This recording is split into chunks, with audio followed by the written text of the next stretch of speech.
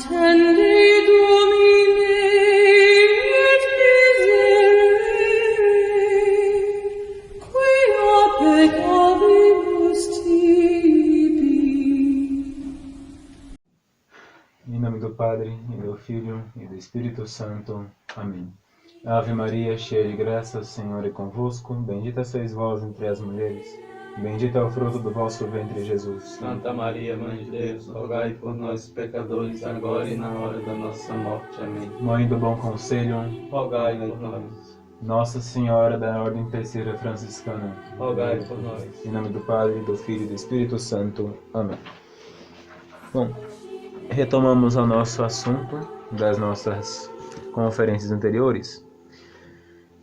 Aqui voltamos à situação de: é a ordem terceira adequada a todas as classes e posições sociais? Claro que sim.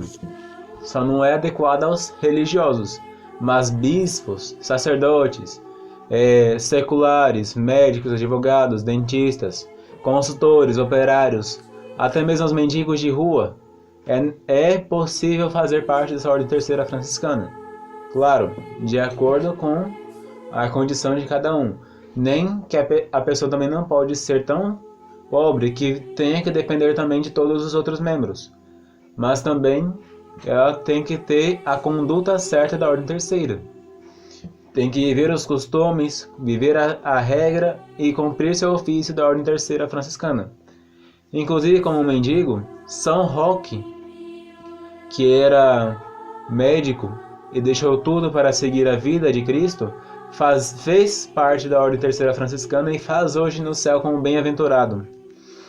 Aqueles que não conhecem a história de São Roque, ele foi um bem-aventurado de nossa ordem, da ordem terceira, que os pais pagaram a vida dele para ele ser um bom médico, e depois da morte de seus pais, ele vendeu tudo o que tinha, suas posses, e como médico formado que ele era, deu tudo o que tinha aos pobres, vestiu-se de um saco e saiu mendigando pelo mundo, como um peregrino. Entre outros santos que fizeram também parte de seu exemplo, como São Bento José Labré. Não terá já a ordem terceira provada a sua idoneidade para a santificação dos fiéis de todas as classes sociais? Bom, a história dos santos, a história dos bem-aventurados, a conduta das pessoas que fazem parte dessa ordem, tudo isto comprova a santificação que essa ordem gera. Mas e aquela pessoa que não comprova isso? Aquela pessoa não está fazendo parte da ordem terceira com relação ao espírito, mas só ao corpo. A pessoa está fora da conduta que esta ordem conduz. Como eu já disse, a ordem terceira é um auxiliar da perfeição. Quem entra na ordem terceira de São Francisco, entra para poder santificar-se e ajudar na salvação e santificação dos outros. Quem assim não cumpre, não é verdadeiro filho de São Francisco.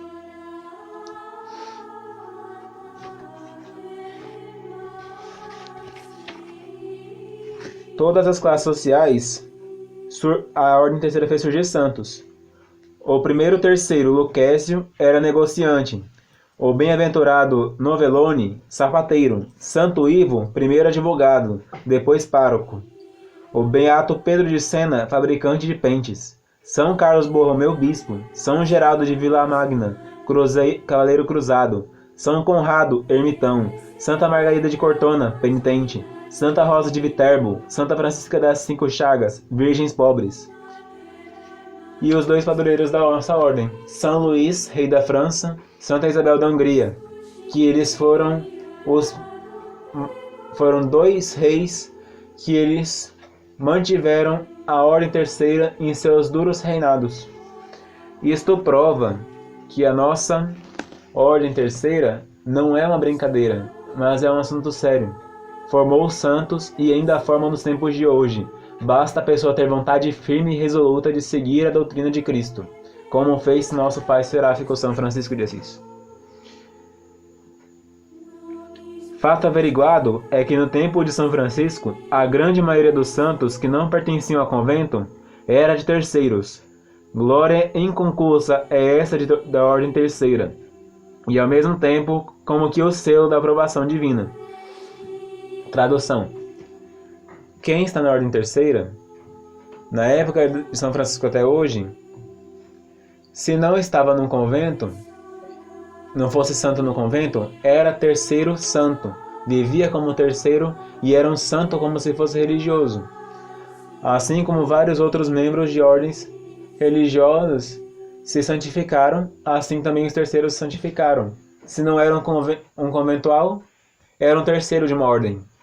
Por isso, a maioria dos terceiros ou era membro de um convento ou era membro da ordem terceira do convento. E mesmo os congregados marianos, muitos deles fizeram parte da ordem terceira de São Francisco, do Carmo, dos pregadores. Os membros do apostolado da oração também sempre tinham o distintivo da ordem, principalmente da seráfica, em seu peito e em seu coração. É a ordem terceira adequada ainda aos nossos tempos? Na época de Leão XIII, o era. Na época de São Pio X, o era ainda. Na época de Bento XV, de Pio XI, de Pio XII e muito mais ainda em nossos tempos atuais, que é uma época de crise em que nós estamos como se fôssemos ovelhas sem pastor. Nas nossas épocas, a ordem terceira é mais do que essencial, é primordial para a santificação dos membros. Quem está na ordem terceira, ele está um meio caminho dado para o céu, que não está num convento, que não está como um sacerdote. Se não conseguir uma dessas duas classes, estando como terceiro, é certo nos nossos tempos de que vai se salvar, cumprindo as suas obrigações como terceiro. É claro, sendo terceiro só no corpo, mas não sendo no espírito, não vivendo o espírito da ordem terceira, é como se fosse um sino que ressoa e que não faz mais nada que isso.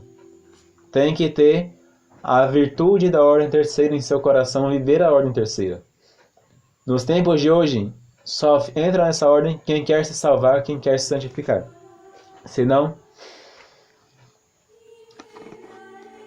quais as qualidades da ordem terceira que preconizou Leão XIII?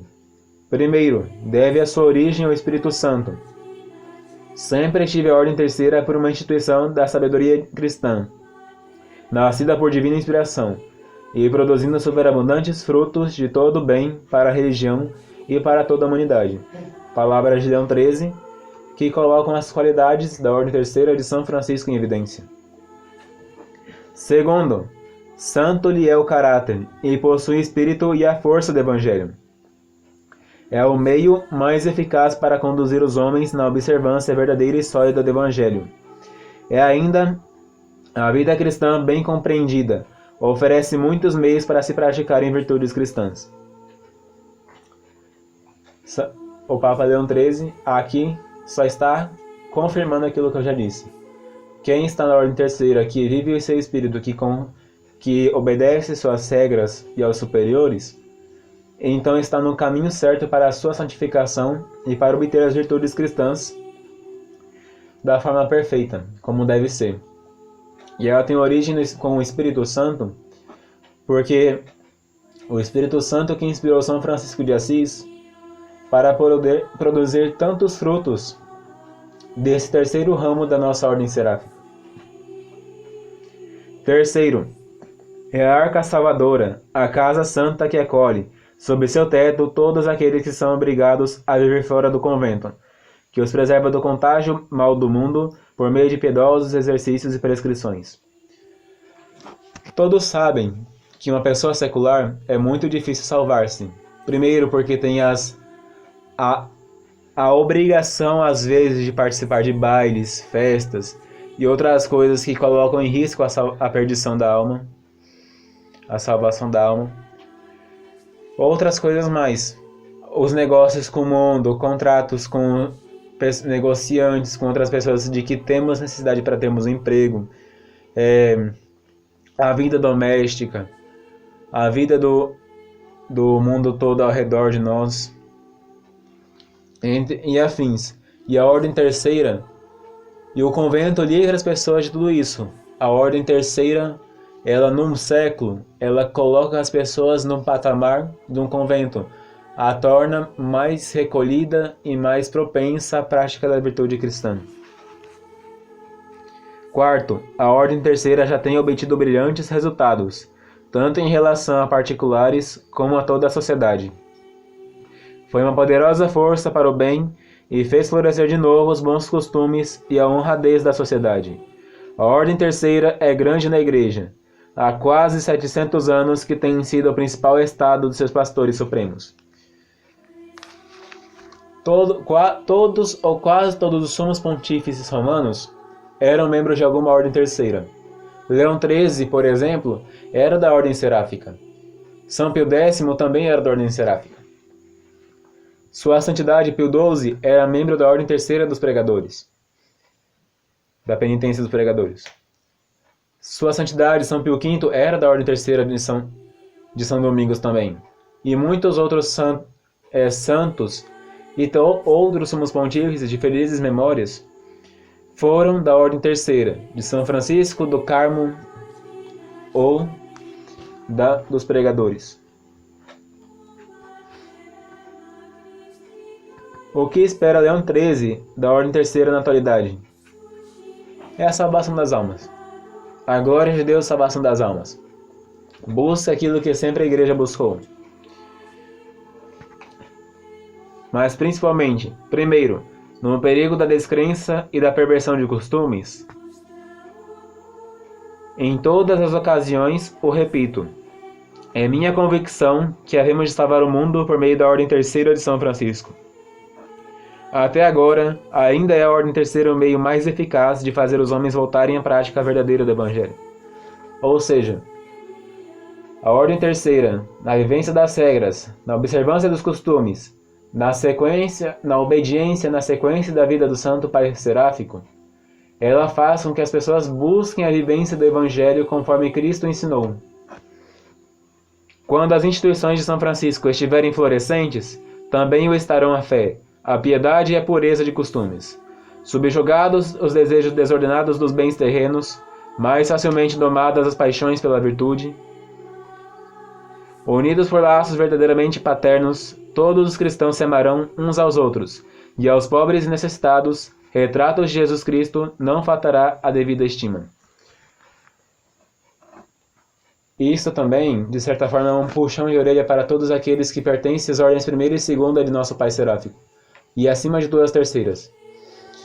Se todos nós fizéssemos aquilo que nos mandam, a nossa santa regra, as nossas constituições, a nossa vivência, então todos nós seríamos verdadeiros e bons cristãos, seguidores de Jesus Cristo, viventes do Evangelho, obedientes à Santa Madre Igreja. E nossos tempos de crise não seriam tão hediondos e tão desastrosos. Por quê?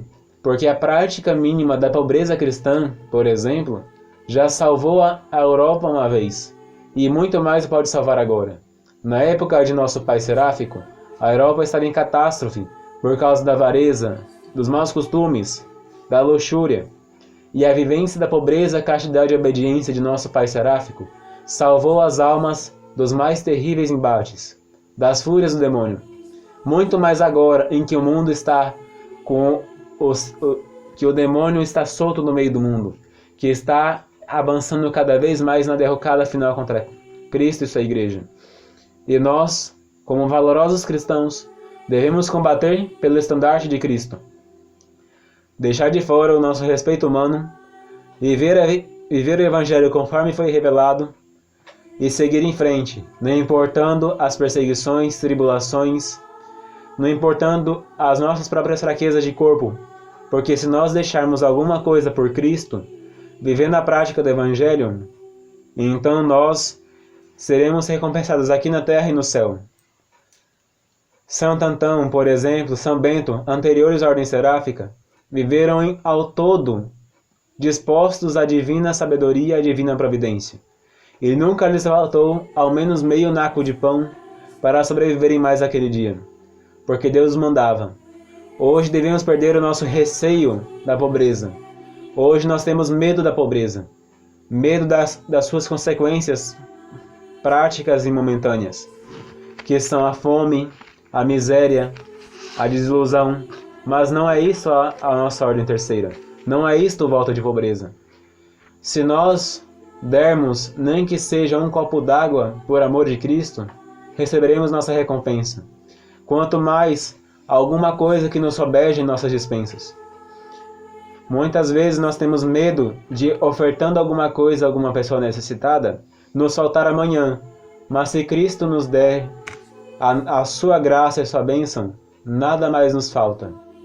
Devemos seguir a vivência da pobreza conforme São Francisco ensinou, como ele viveu e como ele transmitiu a nós, e transmitirá até os futuros séculos, até o fim do mundo. Se nós vivermos aqui, nem que seja só um dia, por amor de Cristo, na santa pobreza do Evangelho, nada nos faltará. Nem mesmo um grão de trigo que é dado para uma pessoa, por amor de Cristo, não ficará sem recompensa. Então façamos a vontade de Deus e, principalmente, em nossos tempos calamitosos, vivamos a santa pobreza de Deus, que não é viver como se fôssemos mendigos deploráveis, mas viver conforme Deus nos dá a sua providência, sem esperar mais do que Ele nos dá e sem guardar aquilo por avareza, por medo de faltar na sua barriga, mas guardar para aquele que mais precisar de nós, ter alguma coisa e fazer sempre um pouco mais de caridade, porque assim fazendo, Deus nos abençoará cada vez mais. Louvado seja nosso Senhor Jesus Cristo. Para sempre seja louvado nossa Mãe Maria Santíssima. Em nome do Padre, do Filho e do Espírito Santo. Amém. Ave Maria, cheia de graça, o Senhor é convosco. Bendita sois vós entre as mulheres, e bendito é o fruto do vosso ventre, Jesus. Santa Maria, Mãe de Deus, rogai por nós, pecadores, agora e na hora da nossa morte. Amém. Mãe da Divina Providência. Providência. Em nome do Padre, do Filho e do Espírito Santo. Amém.